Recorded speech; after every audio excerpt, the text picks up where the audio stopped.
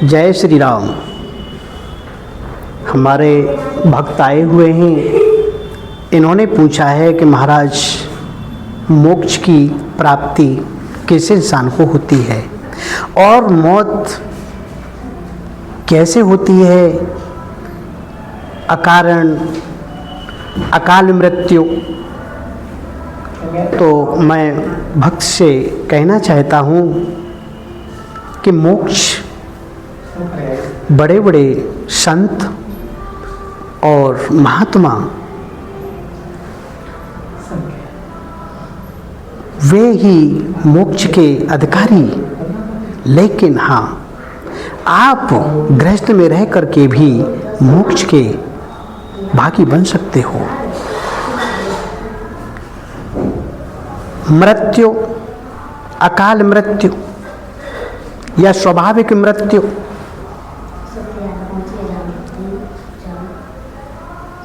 हमारे शरीर के अंदर जो 9 द्वार हैं, भक्तों से मेरा अनुरोध है, जो मैं कह रहा हूं उस पर विचार और मनन करें।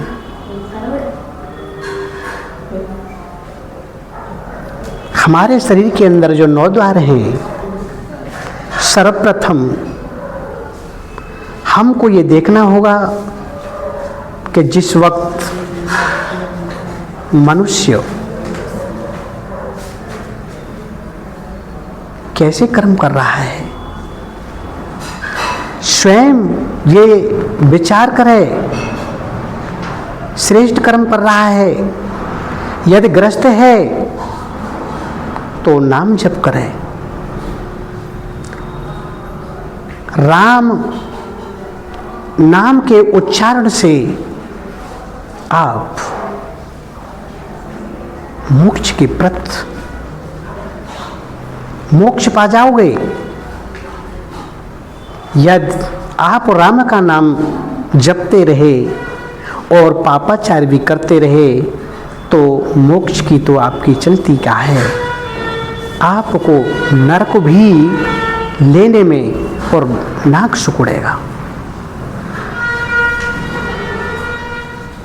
किसी की निंदा मत करो, किसी की बुराई मत करो।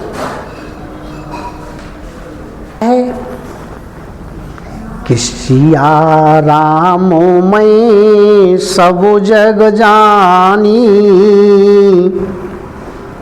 करहूँ प्रणाम जोरे कर पानी।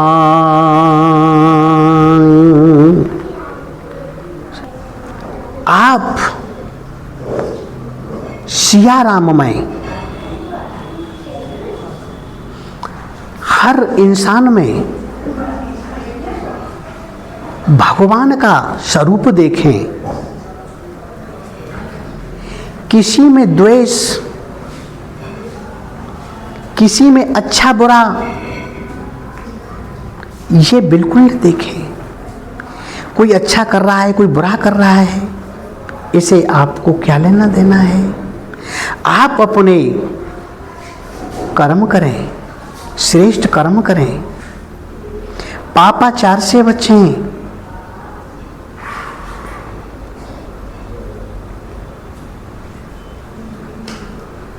मोक्ष के अधिकारी पहले भी हुए थे और आज भी हो सकते हैं, लेकिन कठिन, दृढ़ और विश्वास से प्रभु को हमें समझना होगा। नर सेवा ही नारायण सेवा है। हर जीव में प्रभु का ही वास देखें, किसी को दुत्कारे नहीं। जो पहले जो भक्त श्रमण हुए थे,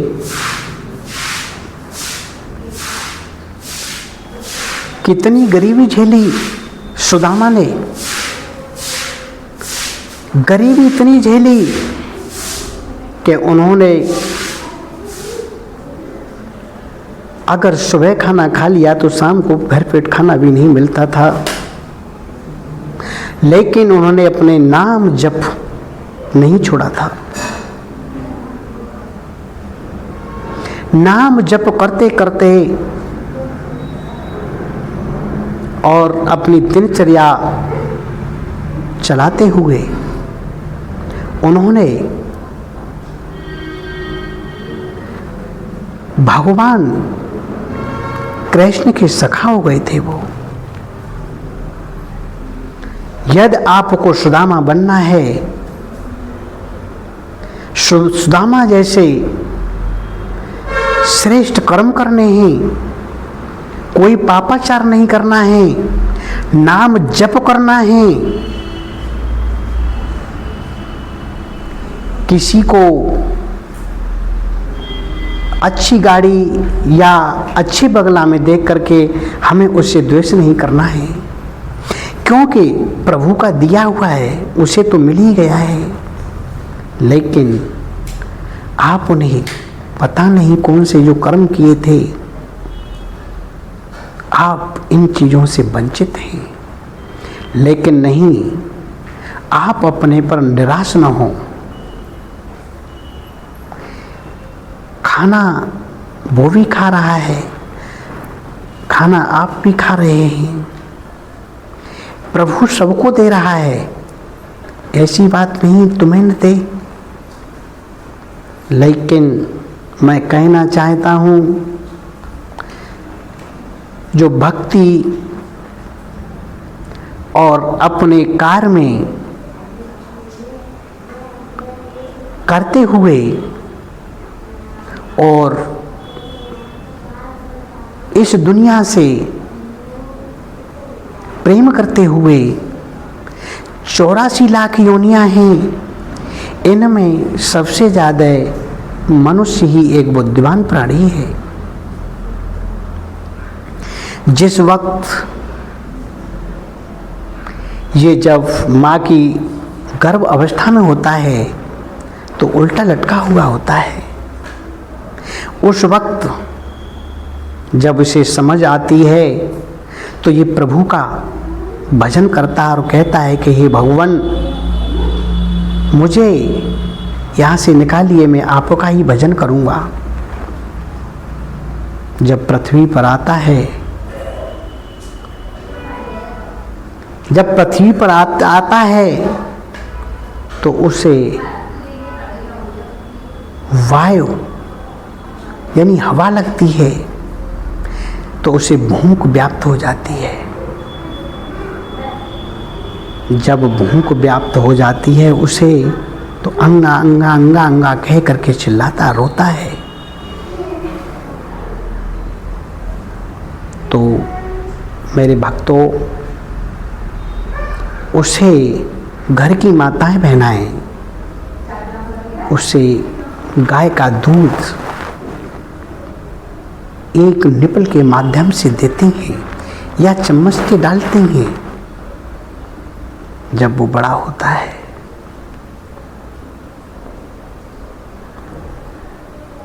तो वही बड़ा होकर के पहली सीख हमारी माँ, दूसरी सीख हमारे पिता ये देते हैं। जैसे हमारे माँ बाप शिक्षा देते हैं, यदि आप हमारे माँ बाप अच्छे होंगे तो हमें अच्छे शिक्षा देंगे। यदि हमारे माँ बाप ही जैसा वो करेंगे वैसा हम देखेंगे तो हमारे अंदर भी वही पापाचार पैदा होंगे। इसीलिए मैं सभी उन माँ, उन पिताओं से कहना चाहता हूँ, यदि आप अपने बच्चों के सामने अगर गलत कार्य करते हैं तो तुम्हारे बच्चे पर प्रभाव निश्चित पड़ेगा। अच्छे संस्कार डालिए उनमें, बड़ों का सम्मान करना सीखें, आदर करना सीखें।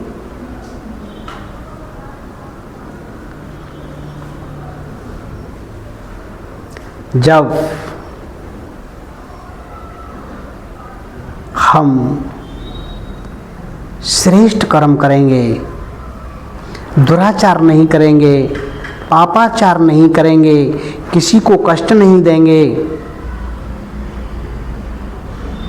जब हमारी अकस्मात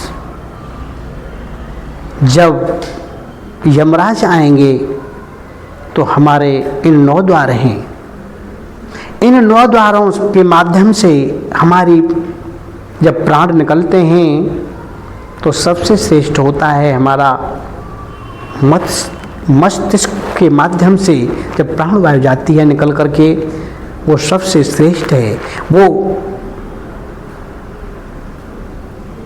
सबसे महान है। यदि आँखों के माध्यम से प्राण हमारे निकलते हैं तो वो भी कहीं तक श्रेष्ठ हैं। अगर मुंह के माध्यम से प्राण वायु जाती है तो वो भी कहीं तक श्रेष्ठ हैं। यदि हमारे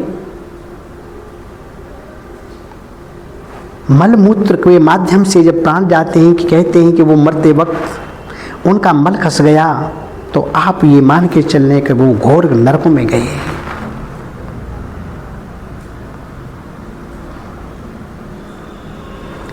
यदि ईश्वर ऐसा न करे किसी का, आज के दौर में एक्सीडेंट बहुत हो रहे हैं। एक्सीडेंट जो मौतें होती हैं इसे अकाल मौत कहते हैं।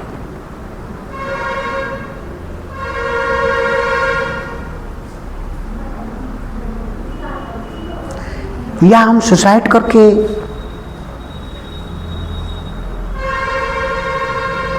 अपने प्राण त्यागते हैं, जब तक हमारी आयु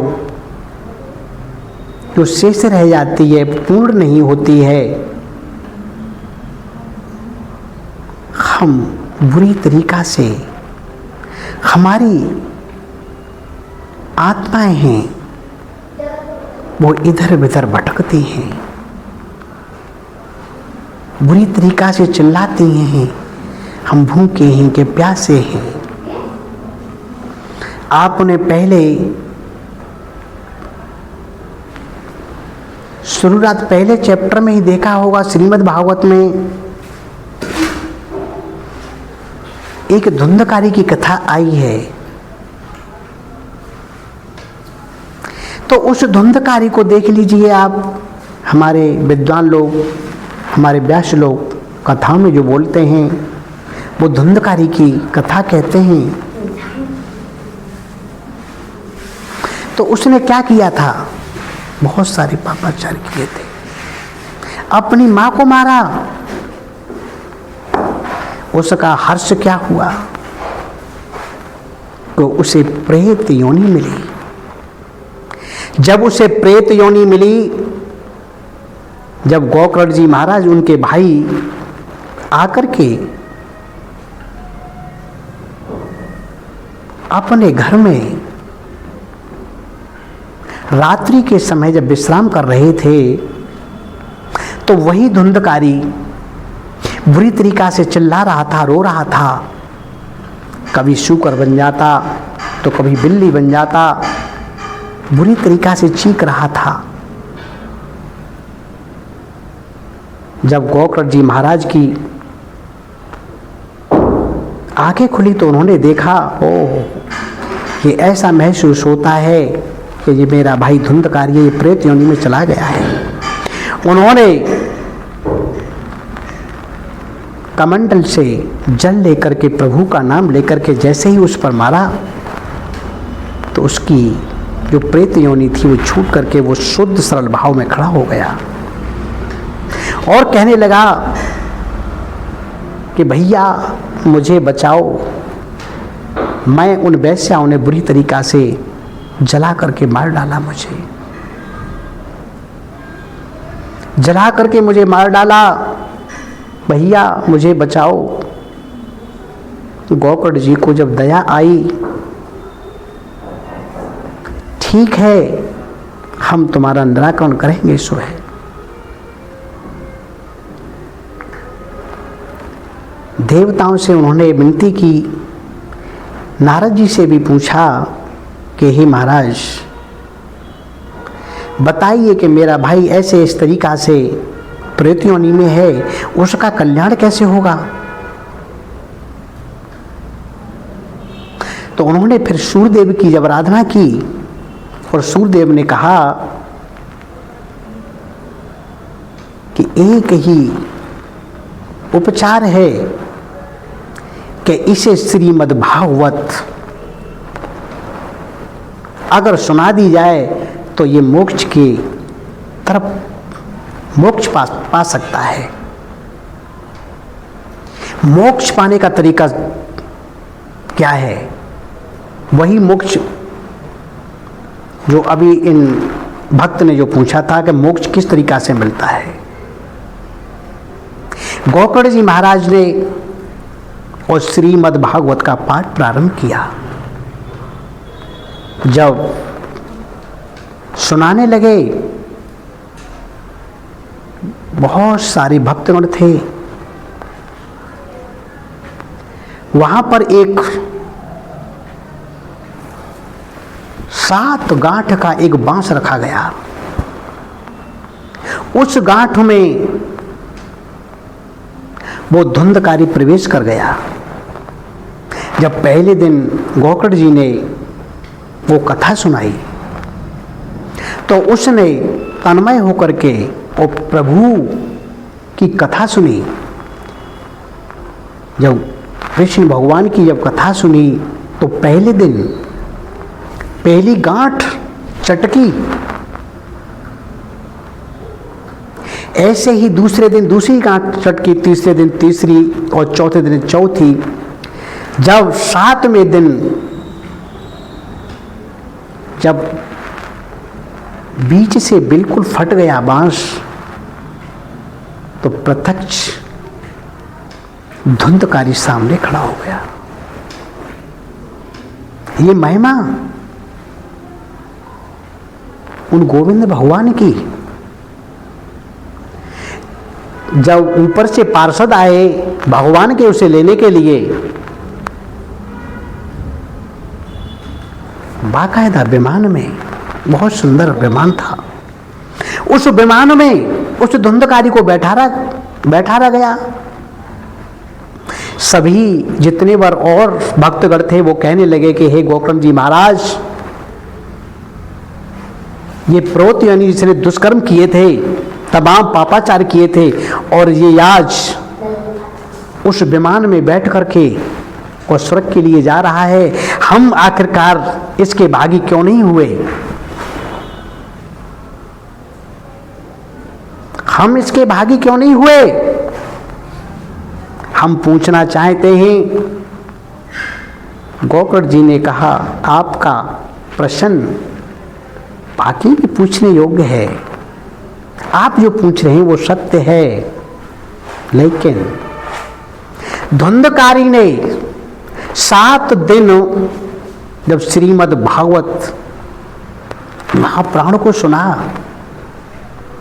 तो उसने निराहार, दूसरा जब संध्या के समय जब भागवत का समापन होता था तो वो रात्रि में भी चिंतन वही करता था जो मैं बोलता था। उसने 7 दिन जब चिंतन किया तो भगवान की कृपा उसके ऊपर बरस गई और साक्षात आपके सामने वो धुंधकारी स्वर्ग के लिए चला गया। मैं कहना चाहता हूं भक्तों से, आप भी अगर इसी तरीका से अगर श्रीमद् भागवत अगर सुनेंगे तो आप भी मोक्ष के अधिकारी हो जाएंगे। तो मेरा कहने का मतलब यह है, सत्य कर्म करते हुए, पापाचार न करते हुए, यदि आप कहीं पर भी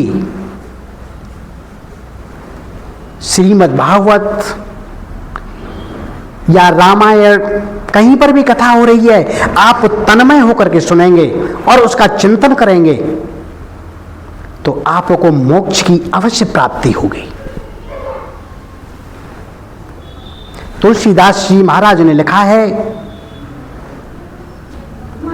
कि कलयुग के बल नाम आधारा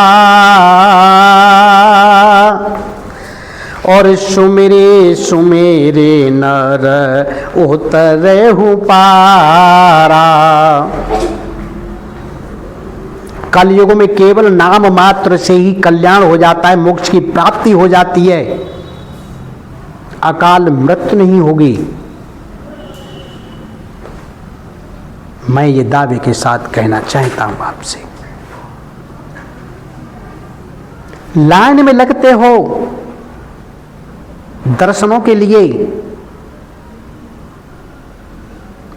तीर्थ यात्रा करने जा रहे हो, बहुत अच्छी बात है, लेकिन ये तो देखो कि तुम्हारा मन चंचल है, उस मन पर तो कंट्रोल करो। दर्शन करने से कुछ नहीं होगा जब तक अपने अंतःकरण को, अपनी आत्मा को पवित्र, अपने मन पर कंट्रोल नहीं करोगे। अरे भक्तों, तुम्हारे अंदर कोई ऐसी चीज नहीं है जो भगवान को न पता हो, सबकी जानने वाले हैं वो। बिनु पग चलयो सुनयो बिन काना और बिन करे कर्म करयो बेदिनाना। मेरा प्रभु बगैर पैरों के बहुत चलने वाला है, बगैर नेत्रों से, बगैर बग से बहुत देखने वाला है, बगैर कानों के बहुत सुनने वाला है,